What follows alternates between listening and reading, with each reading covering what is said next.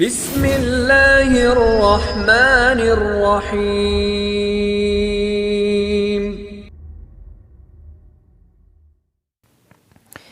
19ویں صدی کے شروع میں بہت سی شخصیات پیدا ہوئیں، جن میں ایک عظیم ہستی قائد اعظم محمد علی جناح رحمۃ اللہ علیہ ہے۔ ان کا شمار 20ویں صدی کے نامور مدبروں اور سیاست دانوں میں ہوتا ہے۔ ان کے پائے کے لوگ روز بروز پیدا نہیں ہوتے۔ شیکسپیئر کہتا ہے کہ کچھ لوگ پیدا ہی عظیم ہوتے ہیں اور کارناموں کی بدولت عظمت حاصل کر لیتے ہیں۔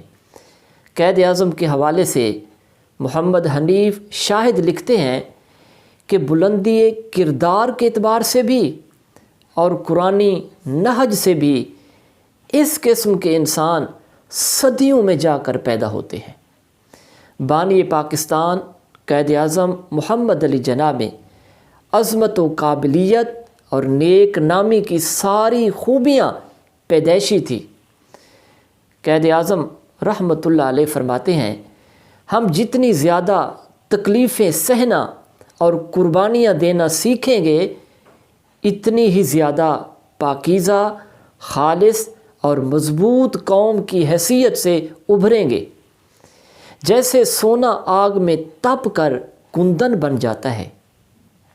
ڈاکٹر قمر حیات ملک نے قائد اعظم کی قومی و ملی خدمات کے حوالے سے فرمایا ہے کہ مسلمانان ہند کی تاریخ میں محمد علی جناح ایک منفرد شخصیت کی حامل ہے۔ مغلیہ سلطنت کے زوال کے بعد ہندوستان میں ایسا کوئی مسلمان پیدا نہیں ہوا کہ جس کے سامنے سب مسلمانوں نے سر تسلیم خم کیا ہو۔